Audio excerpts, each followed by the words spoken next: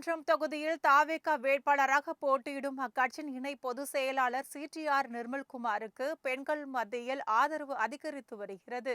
தொகுதிக்குட்பட்ட பல்வேறு இடங்களில் நிர்மல்குமார் தொடர்ந்து தனது பிரச்சாரத்தை தீவிரப்படுத்தி வருகிறார். திருப்பரங்குன்றம் நகரில் கட்சியினர் புடைசூழ பேரணியாக சென்று பிரச்சாரம் செய்த அவருக்கு எல்லா இடங்களிலேயும் அமோக ஆதரவு இருந்தது. குறிப்பாக பெண்கள், வயதானவர்கள் தாங்களாகவே முன்வந்து நிர்மல்குமாருக்கு தங்கள் ஆதரவை தெரிவித்தனர்.